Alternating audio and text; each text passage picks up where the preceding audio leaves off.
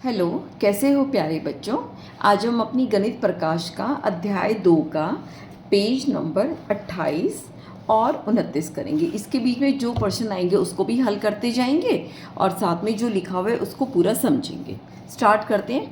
व्यंजकों में पद। अभी आपने व्यंजक लिखना सीखा था पिछले पेजों में कि जैसे हमने ये लिखा था, ये हमारे सारे व्यंजक थे जैसे लिखा हुआ है, तो ये सब व्यंजक थे। अब इसमें व्यंजक के अंदर पद क्या होते हैं हम उसके बारे में सीखेंगे कि व्यंजक में पद किनको कहा जाता है, क्या बोलते हैं। मान लीजिए हमारे पास बिना किसी कोष्टक का, कोष्टक यानी ब्रैकेट, जो हमने पिछले लेसन में पढ़ी थी, पिछले वीडियो में पढ़ी थी, कोष्टक का व्यंजक 30 जमा 5 गुना 4 है। तो इसमें था हमें दिक्कत आई थी, समझ नहीं आया था बिना कोष्टक के कैसे हल करें। क्या इसका कोई अर्थ नहीं है? जब हम व्यंजकों में से एक अधिक संक्रियाएं हो तो कोष्टक के द्वारा संक्रियाओं का क्रम निर्दिष्ट न हो तो हम क्रम का निर्धारण करने के लिए पदों की धारणा का उपयोग करते हैं। वो कह रहे हैं कि क्या जो हम ये लिखा हुआ है इसकी कोई मतलब कि वैल्यू है, ये ठीक है गलत है? तो कहते हैं कि हमें उससे पता चलता है कोष्टक से।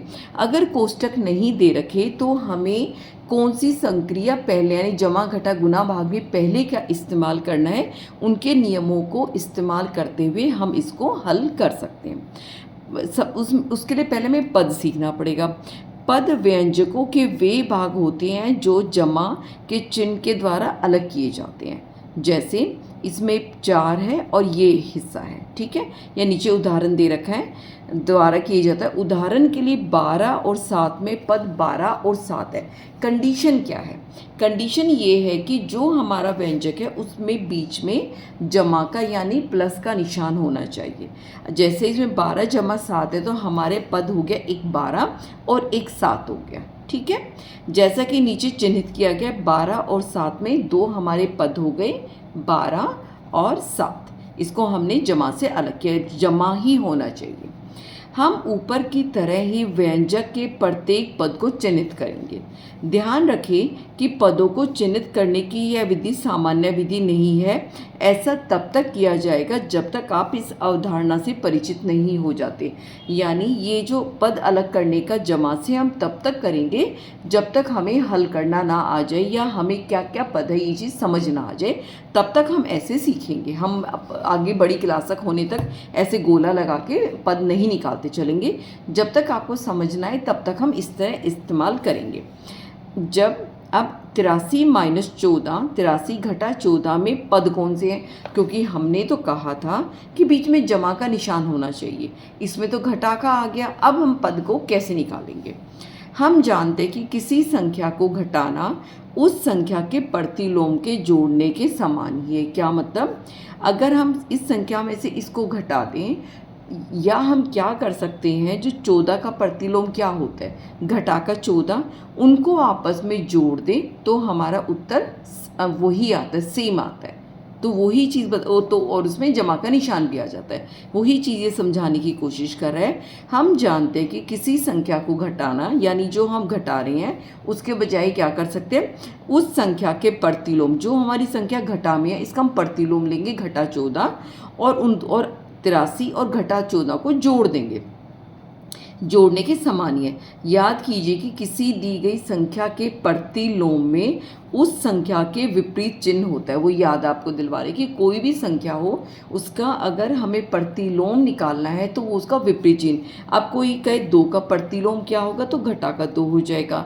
अगर आपको घटा का 4 दे रखा है तो इसका प्रतिलोम बनाओ, संख्या वही रहेगी लेकिन हमारा निशान बदल जाएगा, ठीक है। वो चीज़ें बता रहा है। याद कीजिए किसी भी संख्या के प्रतिलोम में उस संख्या के विपरीत चिन्ह होता है, जमा घटा उल्टे हो जाते हैं। उदाहरण के लिए 14 का प्रतिलोम घटा का 14 है और घटा 14 का प्रतिलोम 14 है, यानी यहाँ पे जमा का निशान था, घटा का बन गया। अगर हम घटा के प्रतिलोम की बात कर रहे हैं तो हमारे पास जमा का निशान आ गया। इस प्रकार 83 में से 14 को घटाना है तो हम क्या लिख सकते हैं, 83 में घटा 14 को जोड़ने के समान ही होगा। अर्थात यानी 83 घटा 14 हम क्या कर सकते हैं, 83 और हमने 14 का प्रतिलोम घटा 14 लिया और इन दोनों को जोड़ दिया, ठीक है।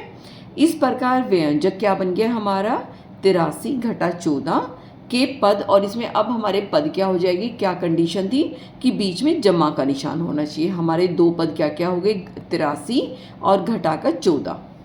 अन्य उदाहरण लेकर जांचे कि घटाने से इस प्रकार जोड़ने से बदलने पर व्यंजक का मान नहीं बदलता है। करके देखते हैं। हम कोई भी उदाहरण अपनी मर्जी का लेते हैं। मान लो हम ले लेते हैं उदाहरण 5 घटा 2। हमने क्या बोला, या तो आप घटा करो या हम उसके प्रतिलोम को जोड़ देंगे। जो हमारा 2 का घटाने के बजाय सिर्फ 2 की बात हम कर रहे हैं, 2 का प्रतिलोम होता है घटाकर 2। हमने ये जोड़ दिया। अब उत्तर की जांच करते हैं। देखो 5 में से 2 गया, उत्तर आया 3। और अगर हम 5 जमा 2 का प्रतिलोम घटा के 2 को जोड़ते हैं, क्या सीखा था, अगर एक जमा का निशान हो एक घटा का निशान है तो आपस में ही घटा होते हैं। 5 में से 2 घटाया 3 आया, और इसके ऊपर चिन्ह किसका आता है, हमने छठी में बहुत अच्छी तरह सीखा था, जो हमारी बड़ी संख्या है। इसमें बड़ी संख्या 5 है तो इसका कि जमा का निशान है, तो हमारा ये जमा का ही निशान आ गया, यानी हमारा ये उत्तर सही आ गया। तो हम लिख सकते हैं कि व्यंजक का मान नहीं बदला।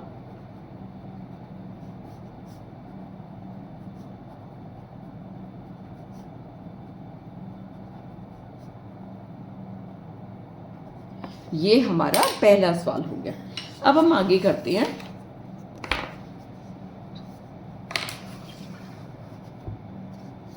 क्या आप कक्षा 6 की गणित की पाठ्य पुस्तक में पढ़े गए पूर्णांकों के टोकन मॉडल का उपयोग करके व्याख्यान कर सकते हैं। भाई टोकन मॉडल को हम बता सकते हैं क्यों किसी संख्या को घटाना उसके प्रतिलोम के जोड़ने के समान है। चलो हम उसका करते हैं। जैसे ये हमारा पहला था, हम इसी उदाहरण को लेते हैं।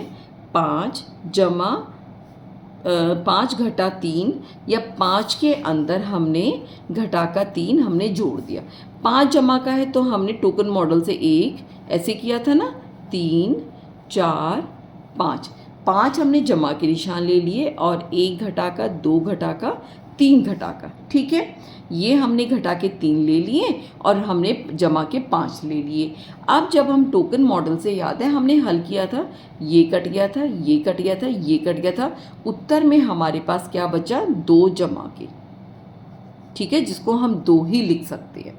ये तरीका था, याद आ गया। तो वहाँ पर भी हमने जो उत्तर निकाला टोकन मॉडल से भी हमारा यही आंसर आया। हम लिफ्ट वाला भी कर लेते हैं। लिफ्ट में क्या था कि ऊपर जाओगे तो जमा का निशान था, नीचे जाएंगे तो घटा का निशान था।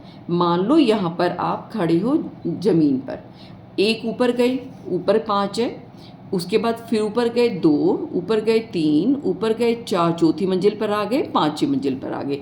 फिर आपने 3 बारी घटा का दबाया, यहाँ उतर के आए, यहाँ उतर के आए, यहाँ उतर के आए, तो आप 2 पर आकर रुक जाओगे।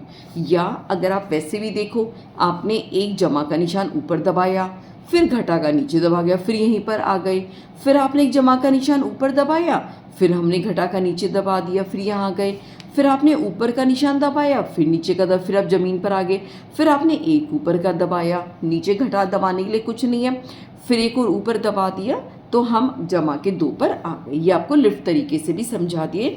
ये वाला जो मॉडल था ये हमारा टोकन मॉडल था, ठीक है, ये हमने सीख लिया। अब आगे करते हैं। पदों की पहचान करने के लिए किसी भी व्यंजक में सभी घटाव इसी प्रकार से योग में बदले जा सकते। अब किसी का भी व्यंजक ले लो, आप पदों की पहचान करने के लिए बीच में जमा का निशान जरूर दिख रहा है।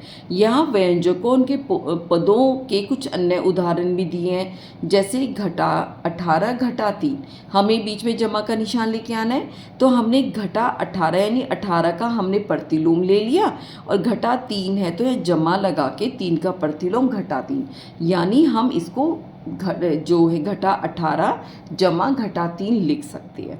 हमारे इसमें पद क्या बन जाएंगे, घटा 18 घटा 3। अब क्या है, 6 गुना 5 जमा 3, तो हम यहाँ करेंगे बीच में ये जमा का निशान है, मैं पेंसिल लेती हूँ, ज़्यादा निशान छोड़ रहा है। जैसे हमारे पास एक जमा का निशान है, ठीक है, घटा भी नहीं है, उसको हम जमा में बदल ले। गुना को तो हम जमा में नहीं बदल सकते, ठीक है। तो हमने क्या किया, 6 गुना 5 को एक पद बना दिया, जमा 3 को और उसको हमने दूसरा पद बना दिया, बीच में जमा से हमने जोड़ दिया। तो एक पद हो गया हमारा 6 गुना 5 और एक पद हो गया 3। अगला क्या है, 2 घटा 10 जमा 4 गुना के 6। अब हमें ये पता है, देखो जो ये वाला है 2 तो हमारा अलग से पद बन गया। घटा भी हमें पता है कि हम इसको जमा में बदल कर 10 का प्रतिलोम घटा का 3 कर दिया। हाँ, 4 जमा 6 है, इसको हम एक पद में लेंगे क्योंकि इसको हम जमा में नहीं जोड़ सकते। तो हमारे पास 3 पद आ गए, 2 घटा का 10 और 4 गुना में 6। ध्यान दीजिए 6 गुना 5 यानी 6 गुना 5 और 4 गुना 6 एकल पद है, यानी एक पद में ही ये गिने जाएंगे क्योंकि उनमें कोई जमा का चिन्ह नहीं है। नीचे दी गई सारणी में कुछ व्यंजक दिए गए, सारणी को पूरा कीजिए। जैसे अब हम इस सारणी को पूरा करते हैं तो इसमें क्या है, 13 घटा 2 जमा 6, तो वो क्या हो जाएगा 13 जमा 2 का प्रतिलोम घटा का 2 और हमारा 6 जुड़ रहा है, तो हमारे पद क्या हो गए 13 घटा का 2 और 6। 5 जमा 6 गुना में 3, अब इसको जमा में नहीं बदल सकते, ये हमारा एकल पद हो जाएगा, तो कैसे लिखेंगे 5 जमा 6 गुना 3। तो इसमें हमारे जो वो बनेंगे पद क्या बनेंगे 5 और 6 गुना में 3, ये हमारे पद बन गए 2 अलग। अब 14 जमा 5 घटा के 9, तो हमें पता है एक तो हमारा 4 हो गया, एक 15 हो गया। जब घटा का आया तो जमा लगा के हम 9 का प्रतिलोम लिखेंगे, तो घटा का 9 पद हमारे क्या हो जाएंगे 4 15 और घटा के 9, बीच में कोमा अल्प विराम लगा के और हम अलग अलग पद बनाएंगे। अब है 23 घटा 2 गुना 4 जमा 16, 23 तो अलग है ही, हमें पता है क्योंकि उसके बाद घटा है, घटा को हम जमा में बदलेंगे और 2 का प्रतिलोम क्या ले लेंगे घटा का 2, गुना को हम बदल नहीं सकते, ऐसे ही रखेंगे जमा 16। तो हमारे पास क्या क्या पद आ गए, 23 घटा 2 गुना 4 और 16, 3 पद आ गए। अब क्या है 28 जमा 19 घटा 9, एक पद हमारा 28 हो गया, जमा से अलग है, एक 19 हो गया। यहाँ घटा है तो बीच में जमा लेकर 8 का प्रतिलोम हम घटा का 8 लिखेंगे। तो हमारे पास क्या क्या हो गए 28 19 और घटा का 8, ये हमारे 3 पद आ गए। अब हम देखेंगे कि व्यंजक का मान ज्ञात करने के लिए कैसे पदों का उपयोग संक्रियाओं के क्रम का निर्धारण करने में किया जाता है। कि हम जब व्यंजक का मान निकालेंगे तो जो हमने पद निकाले हैं, हम पदों को इस्तेमाल करके कैसे हम इन संक्रिया या जमा घटा गुणा भाग को क्रम में लगाना सीखेंगे।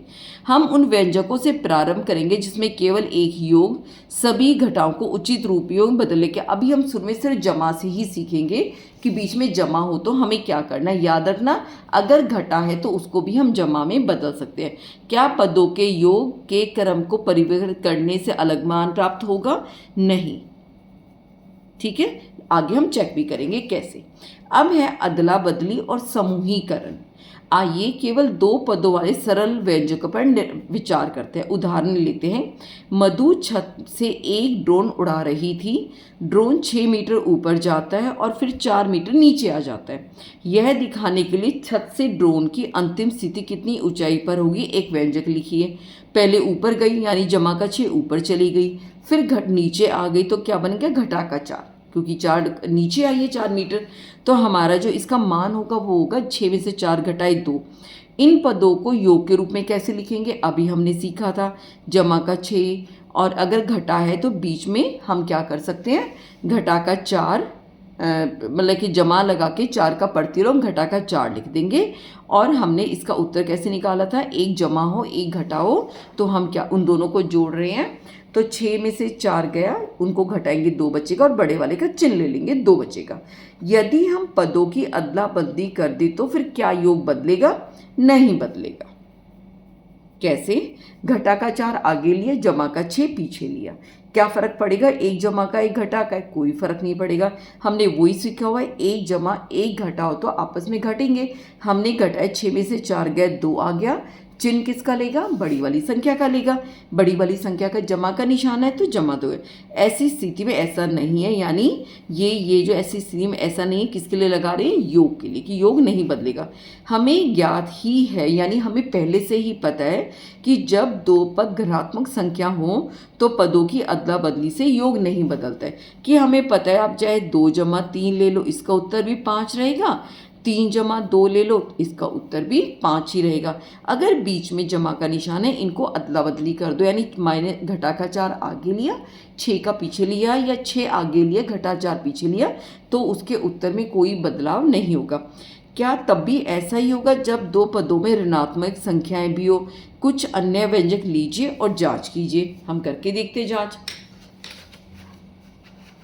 जैसे हमने क्या ले लिया,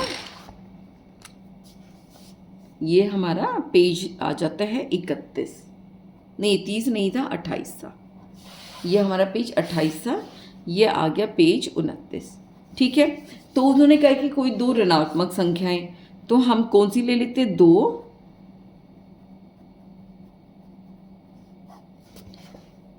ऋणात्मक संख्याएं हमारी क्या हो जाएंगी। कुछ बच्चे कहते हैं मेरी राइटिंग बहुत बेकार है, मानती हूँ, बिल्कुल जल्दी समझाने के चक्कर में लिखा जाता है, मेरे समझाने में ज़्यादा ध्यान होता है। मान लो हमने 1 घटा का 3 ले लिया, 1 घटा का 5 ले लिया, तो इनको हम अलग अलग जोड़ के देखते हैं। मान लो पहले घटा का 3 हमारा जो व्यंजक है, घटा का 3 घटा का 5 है।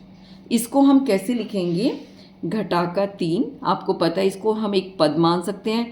अगर बीच में घटा हो तो हम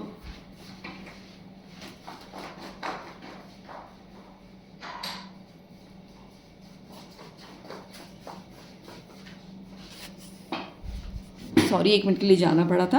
अगर घटा हो तो हम क्या करेंगे, बीच में जमा लगा के 5 का प्रतिलोम घटा 5 कर देंगे।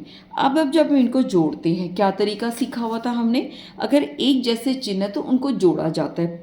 3 के आगे भी घटा का निशान है, 5 के आगे भी घटा का निशान है, इन दोनों को जोड़ा, 5 और 3 को जोड़ा 8, और जो दोनों के पास चिन्ह है वो लग जाएगा हमारे पास घटा का। अगर हम इसको बदली कर दें, यानी घटा का 5 आगे लिख दिया और घटा का 3 पीछे लिख दिया, क्या इससे उत्तर में फ़र्क पड़ा, देखते हैं।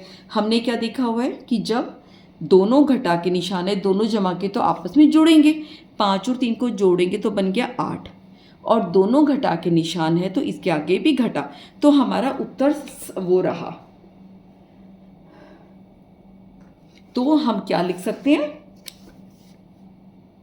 योग नहीं बदलेगा। ठीक है, ये हमारा उत्तर हो जाएगा। ये हमारा जो आखिरी प्रश्न था ये उसका उत्तर था। अगले तो 2 पेज हम अगली वीडियो में देखेंगे। तब तक आप कमेंट करते रहिए। जब आप 6th क्लास में थे, पता नहीं वो बच्चे मेरे 7th में नहीं आए। एक बच्ची हैप्पी गर्ल आया करती थी, काफ़ी बच्चे आते थे, वो शायद आ नहीं रहे, उनको पता नहीं मैं 7th की क्लास भी ज्वाइन करी, और वो बहुत कमेंट करते थे, अच्छा लगता था। अगर आप नए बच्चे हों तो मुझे बताइए, आप मेरे 6th वाले बच्चे हों तो भी मुझे कमेंट करके ज़रूर बताइए। तब तक ध्यान रखिए, टेक केयर।